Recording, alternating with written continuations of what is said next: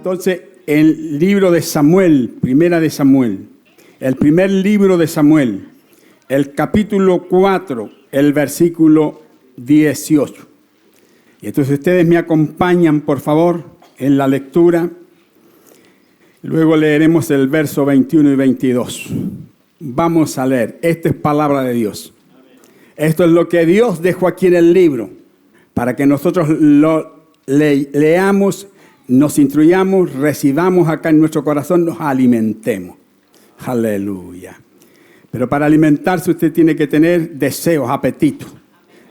Yo tengo apetito de que Dios me hable en esta mañana. Aleluya. Padre, y aconteció, dice la Escritura, que cuando Él hizo mención del arca de Dios, Elí cayó hacia atrás de la silla al lado de la puerta y se desnucó y murió, porque era hombre viejo y pesado. Usted vaya guardando en su mente estas expresiones escritas aquí. Elí cayó hacia atrás de la silla al lado de la puerta, estaba sentado, se desnucó y murió. Y también recuerde esta frase, porque era un hombre viejo y pesado. Y había juzgado a Israel 40 años. Aleluya. 98 años tenía Elí. Y llamó, dice el verso 21, y llamó al niño Icabod, diciendo: traspasada es la gloria de Israel, por haber sido tomada el arca de Dios y por la muerte de su suegro y de su marido. Dijo pues: traspasada es la gloria de Israel, porque ha sido tomada el arca de Dios. Padre, te damos gracias por tu palabra. Qué precioso eres tú, Señor. Tú no nos dejaste sin revelación. Tú, Señor, dejaste la palabra para que nos guiáramos a través de ella. Y te damos gracias porque ha permanecido a través de los siglos. Y hoy día la tenemos aquí fresquita para que podamos compartirla a este grupo de hermanos. Aleluya. Gloria a tu nombre. Háblanos, Señor. Yo quiero ser solamente un instrumento, Señor, a través de la cual tú puedas dirigir tu voz a este pueblo reunido aquí en este salón y a muchos amigos y hermanos que nos están viendo, que nos verán a través de las redes sociales. Que tú les bendigas a ellos también y háblales por misericordia. Gracias a Dios. Aleluya. Amén. Bueno, yo les hablé acerca de qué es lo que marca la diferencia. ¿Qué es lo que marca la diferencia? Y lo que marca la diferencia es que Dios está con nosotros, que Dios está aquí. Como les dije recién, esta reunión no tendría ningún sentido si careciera de la presencia de Dios. Pero lo importante, lo trascendente aquí es que Dios está con nosotros. Aleluya. Y por eso es que aquí cantamos, levantamos las manos, aplaudimos, hay voces de júbilo, etcétera, etcétera. ¿Por qué razón? Porque en su presencia hay plenitud de gozo. Aleluya. ¿Por qué nos vamos cambiados de aquí? Llegamos tal vez tristes, tal vez acongojados, deprimidos, pero salimos distintos porque en su presencia, hermano, hay descanso. Aleluya. Alabado sea Dios. Voy a introducir esta palabra diciendo que hoy vamos a referirnos a uno de los momentos más tristes, más trágicos de la historia del pueblo de Israel. Uno de los momentos difíciles y trágicos. Israel pasó a través de su historia muchos momentos de esta naturaleza. Momentos difíciles. Pero este es uno de ellos. Un tiempo de corrupción, siendo que este pueblo había sido llamado para que fuera una nación santa para Dios. Pero está viviendo en un tiempo de corrupción, de un sincretismo espiritual, mezcla. cuando tendrían que haber sido santos para Jehová, habían mezclado su fe. Un tiempo de anarquía, donde cada uno hacía lo que quería. Ese es el tiempo que estamos leyendo acá. Cuando Dios había dicho que debían ser fieles en obedecer la palabra que se les había revelado. Un tiempo de religiosidad, un tiempo donde el liderazgo no tenía visión, un tiempo donde escaseaba la palabra. Y cuando escasea la palabra, Jesús dijo a los religiosos de su tiempo: ustedes están en el error porque desconocen las Escrituras. Y este pueblo, en esta situación que yo les estoy narrando, estaban en tremendos errores porque habían descuidado la palabra. Aleluya. Entonces hoy hablaremos del día trágico de Israel, cuando este pueblo perdió lo más grande que Dios le podría haber entregado a una nación. ¿Qué podrá hacer? Pierde Israel la bendición más grande que Dios le había dado. Gracias, amigo. Muchas gracias. La riqueza más grande que poseía este pueblo la pierde en este día. ¿Y sabe cuál era? La gloria de Dios en medio de ellos. La presencia de Dios que moraba en medio de ellos. Ese día la pierde. Así que no, ¿se imagina usted lo que eso significaba? Vamos a ver ya. Era tremendo perder esa riqueza espiritual de tener a Dios en medio de ellos. Y por eso es que en ese día el pueblo exclamó Icabod, Icabod, que traducido significa la gloria ha sido traspasada, Icabod, sin gloria. Y entonces, queridos, una vez que Israel pierde la gloria de Dios que estaba entre ellos, no llegó a ser nada más que como cualquier nación de la tierra.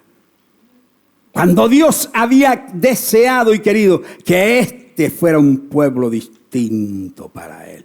Aleluya. Icabod. Se capturaron el arca, los filisteos, los enemigos de Israel. Capturaron en ese día el arca. El arca del pacto. Ese mueble que Dios había mandado a Moisés construir en el desierto. Una caja de madera no más de alrededor de 1 metro de largo. Que estaba enchapada en oro por dentro y por fuera. Ese cajón, esa caja de madera, donde por orden de Dios Moisés había mandado construir 2 querubines que se miraban entre sí y se cubrían con sus alas. Y en ese lugar, allí en medio de los querubines, se manifestaba, hermanos, la gloria de Dios, la Shekinah de Dios. Entonces era algo sumamente importante para el pueblo, el arca, porque era el lugar donde Dios manifestaba públicamente su presencia en medio de esa nación.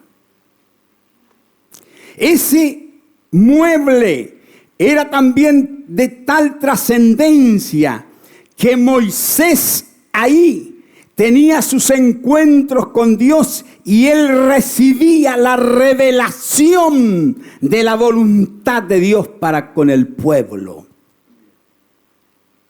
Quiere decir que si el arca se perdía la manifestación visible de la gloria de Dios en medio de aquella nación y se perdía la revelación que Dios tenía para el pueblo.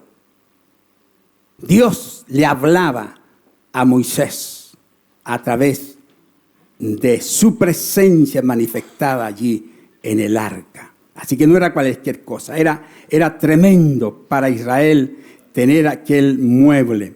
Dios había dicho, hermano, esta es una promesa tremenda, que Dios le dice a Israel: andaré entre vosotros y seré vuestro Dios. Andaré entre vosotros y seré vuestro Dios. Tremenda promesa, hermano. Cuando vamos descubriendo que con Dios vamos adelante siempre en victoria. Que Dios es nuestro amparo y fortaleza. Que Dios es nuestro pronto auxilio en todas nuestras tribulaciones. Que Dios ande en medio de su pueblo es lo más tremendo y maravilloso. Un tremendo privilegio que ninguna otra nación había tenido ni tendrá. Que Dios esté en medio de su pueblo. Un honor enorme. La presencia de Dios en Israel era lo que marcaba la diferencia con cualquier otra nación. Abramos un paréntesis, por favor. Lo mismo ocurre hoy en la iglesia. Escúcheme, por favor, con mucha atención. Lo que nos distingue de cualquier otro grupo humano o de cualquier otra organización es la presencia de Dios en nuestro medio. Amén.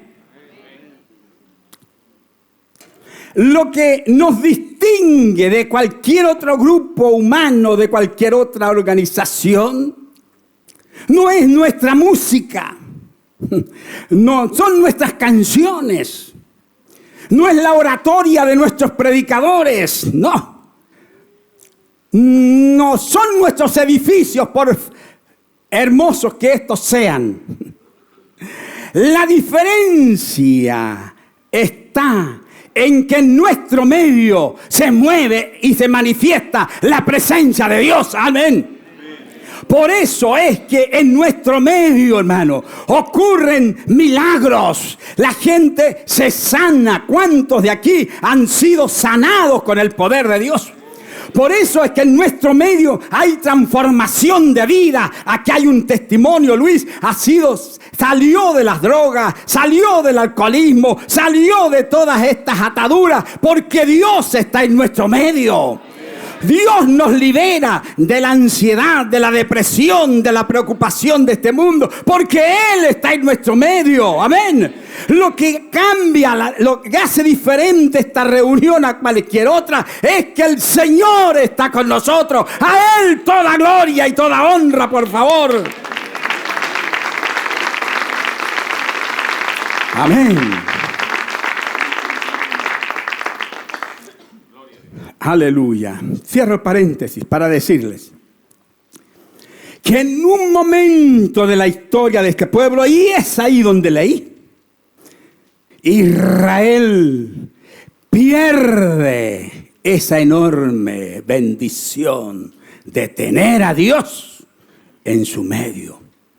¿No le parece triste esto, hermano? Claro que sí. Sale a la guerra Israel contra los filisteos. Y ese día, cuando sale a pelear, ¿sabe lo que ocurre? Quedó una mortandad. Murieron 4,000 personas. Y entonces ellos, ¿saben lo que pasó?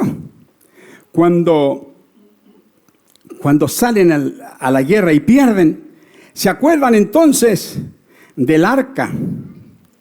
Y entonces la van a buscar. Van a buscar el arca. Pero la van a buscar no porque amaban la presencia de Dios, sino que la llevaron como un amuleto, un fetiche, para que esto les ayudara en cierta medida a ganar la guerra. Y hubo alboroto, hubo alegría en el pueblo que el arca llegó ahí a la guerra. Pero ¿saben la sorpresa de Israel ese día? Murió más gente que en la batalla anterior. 38,000 personas, si no me equivoco, fueron las que murieron ese día. ¿Sí? Y allí en esa guerra, en ese combate, los filisteos capturan el arca, se la llevan. Qué triste día, hermano, para Israel ver que el arca del pacto ha sido capturada por el enemigo, se la llevan. Se desespera el pueblo. Vienen a darle las nuevas al sacerdote, ya lo leíamos, que está ahí, ya viejo, 98 años, sin visión, gordo, sin energías. Y cuando escucha Elí esa noticia, fue tal el impacto, hermano, cayó de espalda, se desnucó y murió. Fin triste para el sacerdote de Israel en ese tiempo. Su nuera, la esposa de uno de sus hijos, de los sacerdotes, estaba por dar a luz, estaba encinta. Pero cuando supo la noticia, se le aceleró el parto. Y en esa aflicción esta mujer muere.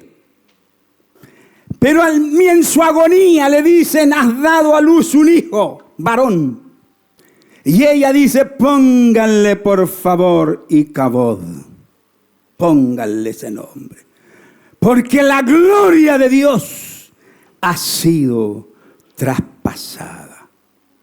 Perdieron ese enorme regalo que Dios les había dado. Aleluya. Retén lo que tienes. Iglesia, hermano, amigo, ustedes que me escuchan a través de las redes sociales, retengan lo que tienen. Retengan lo que Dios nos ha dado. Vale mucho, pero es tan fácil perder lo que Dios nos ha dado. Amemos la presencia de Dios. Valoremos la presencia de Dios. Es lo más grande que un ser humano pueda experimentar. Que después de haber sido lavado por la sangre preciosa de Jesucristo vertida en el Calvario, su Espíritu Santo viene a morar en nosotros y con ello la presencia de Dios. Somos templos del Espíritu Santo de Dios. Pero debemos guardar lo que Dios nos ha dado, porque Pablo nos dice, no contristéis al Espíritu, no apaguéis al Espíritu, porque podemos perder lo que por gracia Dios nos ha dado. Yo quiero ahora invitarles a mirar un poquito las características de esta generación que perdió la gloria. Voy a mencionar algunas cositas así rápidas. Usted tómelas. Agarre lo que Dios le quiere decir en esta mañana. Característica de esa generación que perdió la gloria. ¿Por qué, hermano? Es necesario que esto lo veamos. Para que no nos ocurra a nosotros lo mismo. Porque la Escritura dice que lo que ocurrió en el tiempo antiguo es como ejemplo para nosotros hoy. La generación que vive en la gracia de Dios. Mire, esta era una generación irreverente y sin temor de Dios. Una generación irreverente sin temor de Dios. Cuando Dios les había dicho que el primer mandamiento era: amarás al Señor Jehová tu Dios con toda tu alma, con toda tu fuerza, con todo tu ser. Amar a Dios es servirle es obedecerle, vivir en sujeción a Él. Pero esta era una generación tan irreverente, sin temor a Dios, que la Biblia dice que cada uno en ese tiempo hacía lo que bien le parecía. Imagínense, cada uno hacía lo que quería. No había ni el más mínimo respeto a Dios, ni sujeción a su voluntad. Cada uno hacía lo que quería. Tengamos presente eso, hermanos. Una generación de esta naturaleza, sin irreverente, sin temor de Dios, donde el sacerdocio espiritual estaba corrompido. Esto me habló muy fuerte hoy día temprano en la mañana. El sacerdocio espiritual de la nación estaba corrompido. Los hijos del sacerdote fornicaban con las mujeres, ahí al lado fuera de las puertas del santuario. Y el sacerdote no impedía a sus hijos el pecado. Los dejaba que hicieran lo que quisieran. Hermanos queridos, como sacerdotes de nuestra casa, ustedes que tienen hijos pequeños o hijos adolescentes, tienen que colocar reglas a sus hijos, tienen que frenar el pecado de sus hijos, porque ustedes también darán cuenta ante Dios por esa gran responsabilidad que tienen de ser padres. Si padre no es solamente el que engendra, ustedes tienen que formar a sus hijos. Yo lo digo con mucho temor y respeto y reverencia a Dios. Cuando miré ahí a Ronald y a Claudio ministrar con sus instrumentos, mi mente voló cuando eran pequeños, yo pensando en esta palabra. Oh, hermanos, nosotros con mi esposa, con Dorca, les enseñábamos a que tenían que orar. Íbamos de rodillas. Yo me recuerdo, chiquillos, de oraciones de ustedes cuando había que pararlos porque no se frenaban de alabar y orar de rodillas ahí botados en el piso. Le leíamos las escrituras, le compramos Biblia, la marcaban, la destacaban. Sí, había que enseñar y había que poner límites. Tal vez ustedes, muchachos, recordarán que posiblemente no fue grato cuando teníamos que decirle la hora es hasta esta. Y cuando después, al ladito fuera de donde ustedes iban, estábamos parados nosotros esperándolo a la hora indicada. Íbamos para allá, iba yo o iba su mamá, pero había que colocar orden y límites. Yo hoy día abracé a Ronald, lo bendije por su cumpleaños de ayer.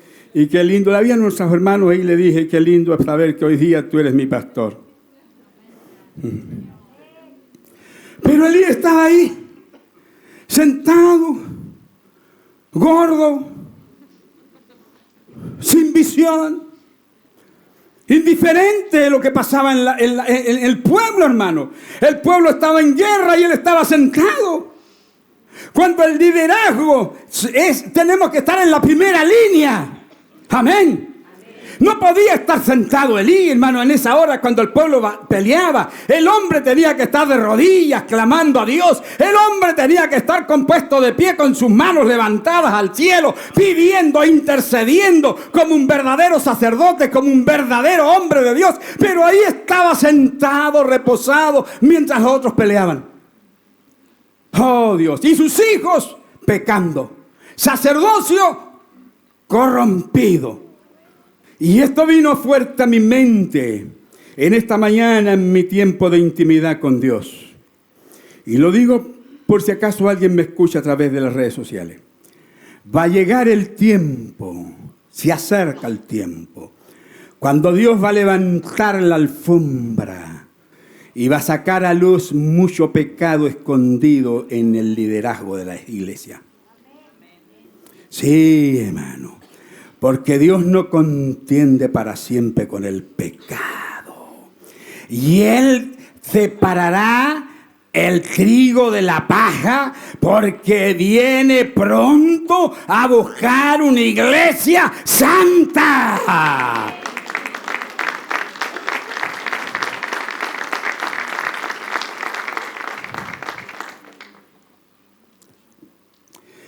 Si contextualizamos esto, qué triste es ver hoy día, hermano, ver a una iglesia que vive en su gran mayoría. Cuando yo hablo iglesia no me refiero a este grupo o un grupo en particular, hermano, yo hablo de la iglesia en términos generales.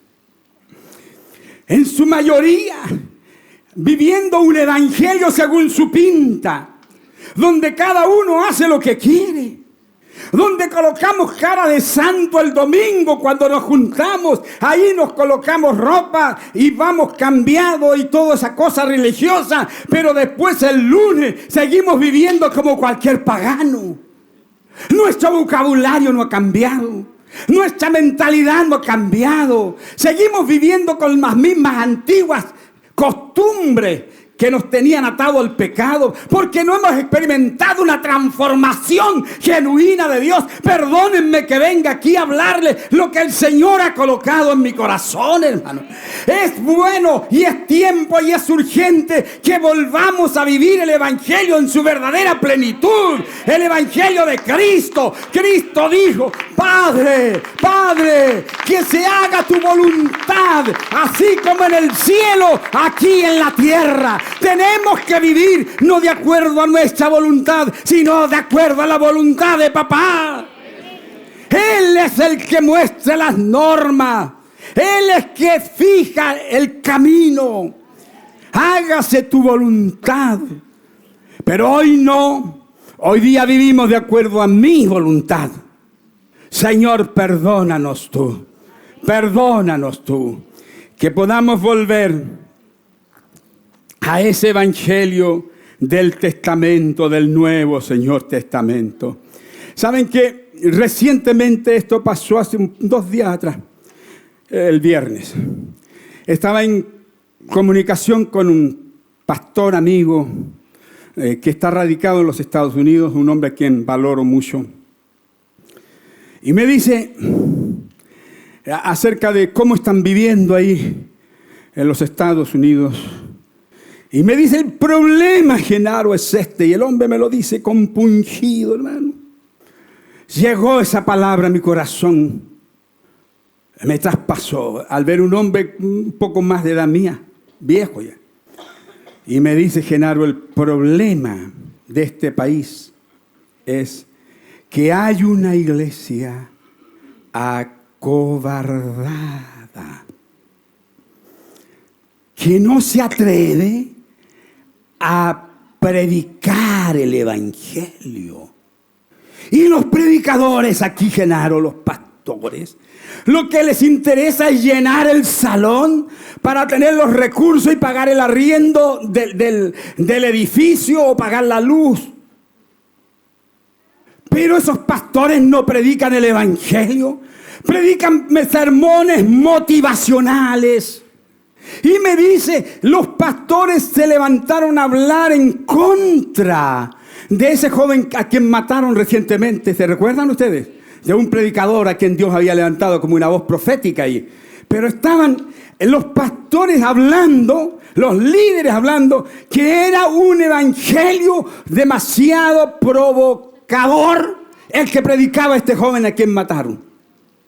Y entonces ellos predican un evangelio ajustado al querer de la gente. Lo que la gente quiere oír. Queridos, aquí en nuestro país tenemos que predicar no lo que la gente quiere oír, sino lo que Dios quiere decirnos. Lo que Dios quiere decirnos. Y Dios nos dice en esta mañana: volveos a las sendas antiguas. Volvamos al tiempo antiguo, volvamos a la oración, volvamos al ayuno, volvamos a la intercesión, volvamos a la santidad, volvamos a buscar el rostro del Señor.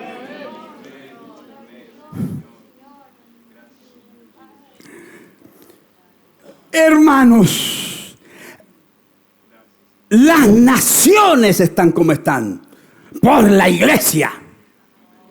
Por la iglesia. La iglesia es la voz profética de Dios a las naciones. Si nosotros callamos, la nación está perdida. Aleluya. Gloria a Dios. Entonces tenemos una generación irreverente, sin temor a Dios. Pero fíjate que hay otra característica de esta generación. Una generación donde escaseaba la palabra. Porque ahí en el primer libro de Samuel, capítulo 3, verso 1, cuando se revela Dios a Samuel, ¿se acuerdan del niño que dormía? Dice la Escritura, y la palabra de Jehová escaseaba en aquellos días. ¡Qué tremendo, hermano! La palabra de Jehová escaseaba. Yo no sé si ustedes están cansados de escucharme o no. ¿Nos quieren que siga predicando? O sea, hermano, escaseaba la palabra. ¿Qué quiere decir esto, hermano? Que la palabra no la consideraban para nada. Es decir, no se leía, no se estudiaba. ¿Qué predicaba el sacerdote? No tengo idea. Costumbre. Porque eso es lo que se predica hoy día. Cositas, como yo digo, cositas. Con cositas no edificamos el pueblo, hermano. Y lo peor que no se practicaba, pero si no se leía, no la enseñaban. ¿Cómo la iban a practicar si no lo sabían?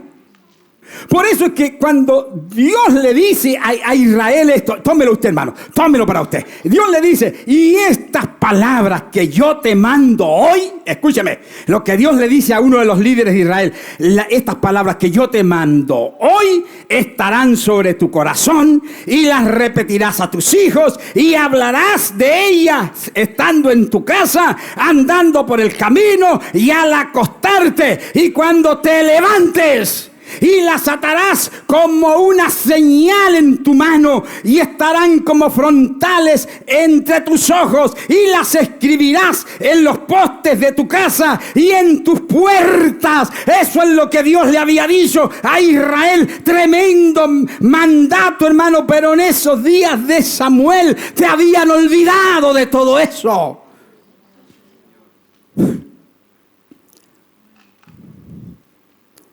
Contextualicemos. ¿Dónde usted tiene la palabra? ¿Dónde tiene la palabra? Aquí desde este púlpito se predica la palabra. Sí. Pero por más que nosotros prediquemos, si usted no toma la palabra para sí y la vive, la coloca en práctica, no sirve de nada. Este es el tiempo donde más Biblias hay escritas en el mundo. Más traducciones hay en el mundo. Pero fíjese que paradojalmente es el tiempo en que menos se lee la Biblia. Porque la gente la tiene en la casa como un amuleto. Abierta ahí en el Salmo 91, el Salmo 23. Hermano, la Biblia no es un amuleto que usted saca en un pancito de vida como quien saca, como el horóscopo. ¿Qué es lo que me va a decir hoy día Dios? No. El asunto no es así. Usted tiene que leer, gracias pastor, porque nos ha enseñado o nos ha inducido a que leamos el Evangelio de Juan. Ya vamos por ahí en el terminamos, yo me quedé atrás. Pero voy a leer en estos días para terminar. Pero hemos leído, ¿cuántos leyeron el Evangelio de Juan? Un aplauso para ustedes. Un aplauso para ustedes y la gloria para Dios, amén. Gloria para Dios, amén. Tenemos que ser gente de la palabra. Tenemos que leerla. Tenemos que escudriñarla. Tenemos que tener libros, hermano, que nos ayuden a entender la Escritura. Pues si no leemos la Biblia, ¿qué vamos a leer otros libros? Yo pronto les voy a traer aquí, tengo entendido que es el domingo 26. 26 de ahora de octubre que va a empezar. El último libro que tengo. Cómprelo, léalo y conversemos acerca de él. Porque así se va a edificar. Pero si usted no lee, si usted no pregunta, si usted no va a ser nunca edificado, va a ser un niño siempre espiritual. Entonces un pueblo donde escaseaba, un tiempo donde escaseaba la palabra. ¿Qué otra característica? Voy a mencionar 4 solamente. La tercera es una generación que buscaba a Dios por conveniencia. diga ay, hermano. Si no me dice amén. Si no me dice amén, diga ay por lo menos. Una generación que buscaba a Dios por conveniencia. Usted sabe que, ya le dije, que el arca significaba la presencia manifestada de Dios en medio del pueblo. Cuando el pueblo va ahí a pelear, mueren 4,000, porque según ellos el arca no estaba. Entonces la van a buscar, pero la van a buscar no porque amaban a Dios, ni porque honraban a Dios, ni porque obedecían a Dios, sino la fueron a buscar porque pensaron que el arca era un objeto, como dije recién, un fetiche, una cuestión de buena suerte. Tráiganla a ver que si con el arca aquí vamos a ganar. Y sabe, buscaron a Dios, pero por conveniencia. A Dios no hay que buscarlo porque cuando nos conviene nomás. Hoy día pasa lo mismo. Mucha gente busca a Dios cuando está enferma. Mucha gente viene al culto cuando tiene problemas, pero después sigue viviendo igual. Hay mucha gente que viene aquí, hermano. ¿Por qué? Porque cree que aquí va a ser tal vez animado, aquí va a pasar un rato bien, con buena música, etcétera, etcétera. Hermano querido, estamos aquí. ¿Sabe por qué? Porque la presencia de Dios está y nosotros amamos la presencia. El Señor dijo, yo voy a estar en medio de 2 o 3 que se congreguen en mi nombre. Amén. Amén. Gloria a Dios. Fueron a buscar el arca porque creían que como un fetiche, y murieron 30,000 ese día. Oiga, horrible. 30,000 personas, tremenda matanza. ¿Por qué? Porque querían la presencia de Dios, porque les convenía. Pero no querían honrar la presencia. No deseaban la presencia porque amaban a Dios, sino por los beneficios que esto le aportaba. Oh, queridos, que no nos pase eso a nosotros. Que buscamos a Dios porque Él me va a sanar de aquí o me va a sanar de allá. O porque Él me va a dar trabajo. No busco a Dios por eso. Porque me siento solo, no. Le buscamos porque le amamos. Y honramos su nombre. Y lo demás son añadiduras. Por eso Jesús dijo, busca primero el reino de Dios y su justicia, y todo lo demás vendrá por añadidura. Por eso es que estamos contentos, por eso vamos en victoria, por eso Dios nos prospera, por eso Dios nos sana, por eso un día las puertas del cielo se van a abrir para que entremos nosotros y ángeles tocarán trompetas. Aleluya. ¿Por qué? Porque hemos buscado la presencia y no las añadiduras. Gloria a Dios. Y avanzo para la cuarta característica. Sabes que esta era una generación. Présteme atención y esto es, escúchelo, hermano, pero interprételo, dele usted el cariz espiritual. Porque para los espirituales hay que tomar las cosas de una manera espiritual. Amén. Escuche lo que le voy a decir. Porque cualquiera aquí puede salir enojado por lo que dije. Pero escúcheme, que yo no tengo ni un problema que alguien se enoje cuando yo predico de Cristo. No tengo ningún problema. No tengo problema tampoco cuando usted se incomoda, porque cuando ya los hermanos comienzan a incomodarse, comienzan a cambiar de pierna, yo los conozco, ya los tengo ya casi. Se acomodan en la silla y cambian la pierna para el otro lado. Y ahí están. Ahí, hermano. Así cuando usted se incomode, sepa que yo no me voy a incomodar. Porque yo no voy a incomodarme de predicar la palabra hasta que Cristo venga por mí. Sí, aleluya. Cuando recién comencé a predicar, hermano, tenía como 20 años de edad. Y a un pastor que ya está en la presencia del Señor, no sé por qué estas cosas las voy a decir, yo no las pienso, no las he pensado. Entonces, mire, hermano, llega el pastor y me invita a una conferencia de pastores. Y ahí habían un montón de hombres con experiencia. Y yo llegué ahí a predicar. Y había una señora que después me lo dijo cuando yo llegué un día a su casa después de varios tiempos. Y dijo, ¿qué iba a decir este niñito aquí en la conferencia de pastores? Y comenzó a clamar a Dios para que Dios me ayudara. Y después, cuando ya comencé a predicar, entonces la señora dijo: ¡oh, gracias a Dios por este niñito que está predicando! Y entonces pienso yo hoy día, no lo había pensado, pero lo estoy pensando recién. Cuando ustedes me escuchen predicar, van a decir: ¿y qué va a decir este viejito ahora? ¿Qué va a decir este viejito? Este viejito, mientras se pare aquí, va a decirle lo que la Biblia dice y nada más que eso, aunque se enojen. Total, como me queda poco tiempo y después me voy a la casa de papá, se enojen nomás. Aleluya, mire cómo son.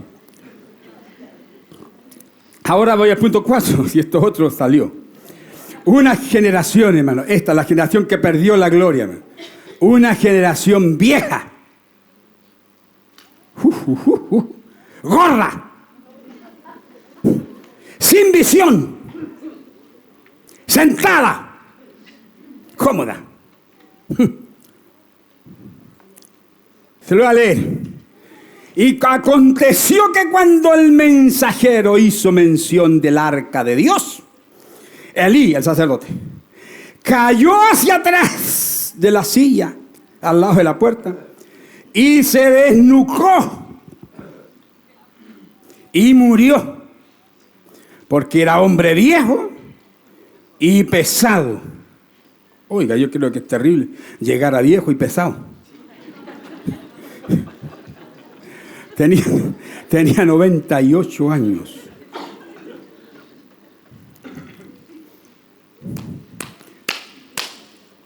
A Elí los años le envejecieron. Pero pueden haber viejos que están jóvenes. Aleluya. Vitales.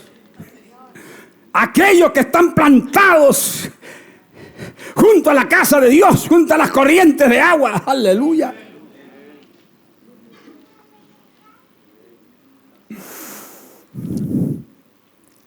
Cuando la iglesia, contextualicemos, cuando la iglesia, hermano, no se renueva. Y cuando hablo de iglesia, me refiero a usted y a mí, hermano, porque nosotros somos la iglesia. Entonces, ¿qué quiero decir esto? Cuando usted, Javier, cuando usted, Mauricio, cuando usted, Diego, cuando usted, Juan, por un nombre puro hombre, Sandra, cuando usted y yo no nos renovamos, ¿sabe lo que pasa?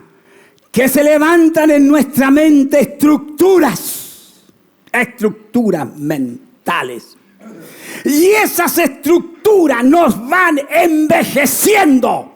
Y usted puede ser un joven con una mentalidad de viejo.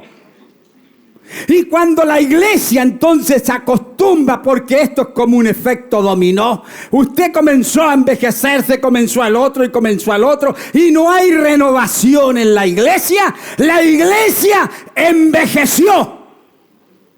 Y hay iglesias viejas, donde es tan difícil predicar, porque están estructurados, porque esto fue lo que nos enseñó el pastor y nos salen de ahí, que esta costumbre, que esta otra costumbre, y están atados al pasado. No, si el tiempo pasado era mejor que el de ahora, y comienzan, ¿por qué? No se han renovado.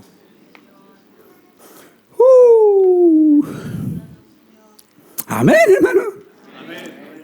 Y está sentadita la iglesia. Sentadita. Gordita. ¿Me va entendiendo, hermano? Gorda.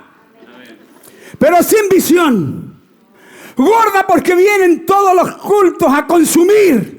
Consumen mensaje tras mensaje. Y a la iglesia se le ha predicado todo. Y siguen siendo niños espirituales.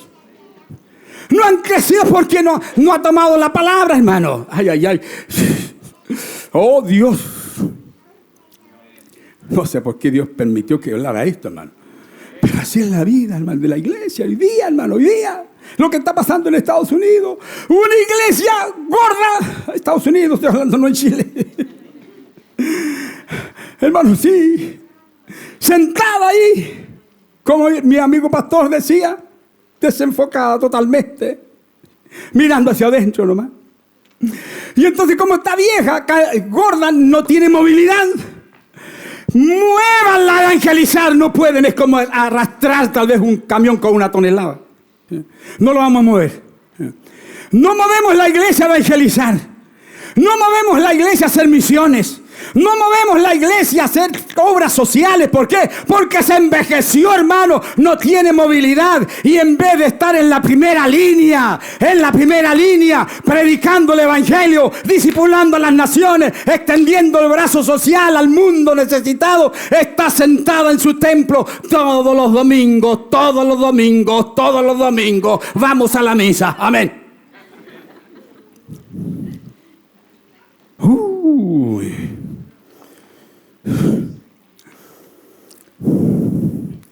Iglesia joven, iglesia dinámica, iglesia joven, iglesia que visiona, iglesia joven, que cuando le dicen evangelicemos, ahí estoy, aleluya, hagamos discipulado, allá estoy, aleluya.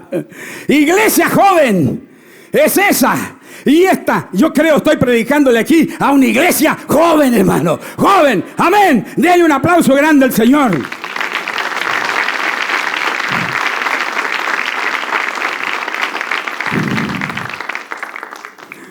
Voy avanzando y estoy terminando. Mire, por eso es que Pablo dice, transformaos por medio de la renovación de vuestro entendimiento, para que podáis comprender cuál es la agradable y perfecta voluntad de Dios para con vosotros.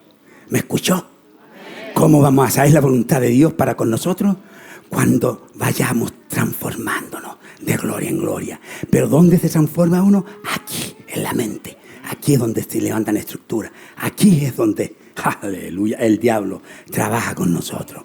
Sí, hermano querido, transformado por medio de la renovación de vuestro entendimiento. Y Pablo agregó después, hermano, en otra de sus cartas, aunque este hombre exterior se va cansando, se va envejeciendo, se va deteriorando, no obstante, el interior se renueva de día en día. Gloria a Dios, amén, amén.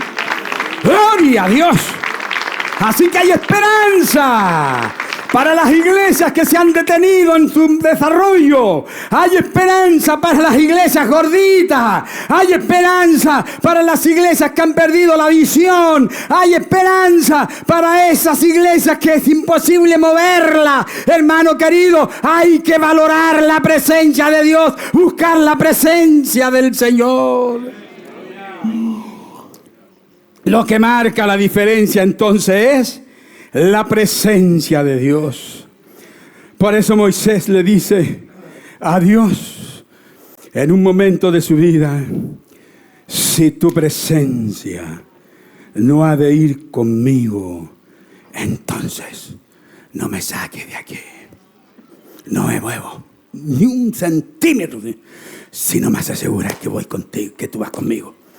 Dios le dijo, voy a mandar un angelito para que te ayude y te guíe. No, yo no quiero angelitos, dijo Moisés.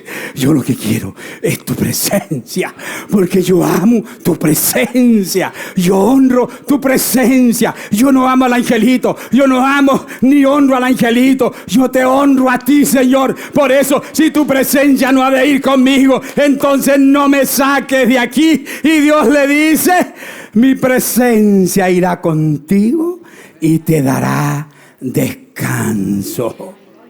Gracias a Dios. El cielo y la tierra pueden temblar, pero yo descanso seguro en los brazos de aquel que me dijo, estaré contigo todos los días de tu vida. Y Y yo le digo como el salmista cada día, Señor, mejor es estar un día en tus atrios, un día en tu presencia. Por eso todos los días honramos la presencia de Dios, que 1000 fuera de ellos, hermanos. Sí.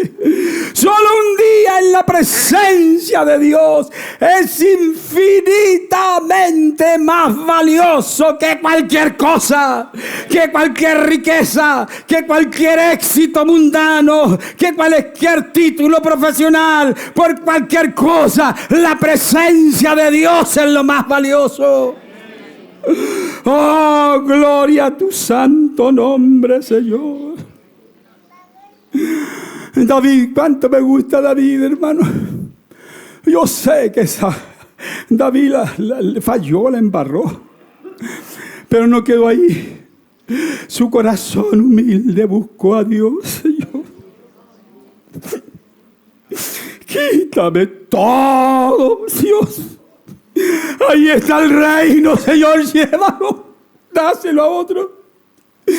Pero lo que yo no quiero es que quites de mí tu Santo Espíritu. Porque yo amo tu presencia, Señor. Qué tremendo, hermano. Por eso cuando fue ungido rey, fíjese que Saúl, 40 años de reinado, ni siquiera se le ocurrió ir a buscar el arca que se había perdido. Estamos llegando a la conclusión. Pero David, cuando él es ungido rey, lo primero que hace para que esto funcione, para que tenga un buen gobierno, para que mi nación sea bendecida, para que mi familia sea bendecida, para que tenga un ministerio fructífero, para que las añadiduras vengan, tengo que buscar el arca donde la presencia de Dios se manifiesta. Y la primera gestión que hizo en su gobierno fue: traigamos el arca a donde debe estar, aquí en Israel. Aleluya. Este es el tipo de personas que Dios anda buscando. Tenemos que anhelar, hermanos, y amar la presencia de Dios. Tenemos que vivir en ella. Pero fíjense en esto, tenemos que guardarla. Señor, por nada del mundo quiero perder tu presencia. ¿Cómo yo puedo guardar esa presencia del Señor? Cultivando una relación íntima y diaria con nuestro Señor. El salmista decía: de mañana y a mediodía y en la noche, fíjese, clamaré a ti, Señor. Mañana, mediodía y noche oirás mi voz, porque anhelo vivir en tu presencia. ¿Saben cómo guardamos la presencia? Leyendo la Biblia, que es la palabra de Dios, impregnando nuestra mente, nuestro corazón, para descubrir cuál es su voluntad. Y lo último, y termino, ¿cómo podemos guardar esto? Perseverando en ella, hermano. Yo quiero perseverar en tu presencia hasta el final, hasta el final. No importa las luchas, no importa la tormenta, no importa las críticas, no importa las enfermedades, no importa nada. Quiero perseverar hasta el fin, guardando tu presencia como lo más valioso que tú me has dado. Póngase de pie.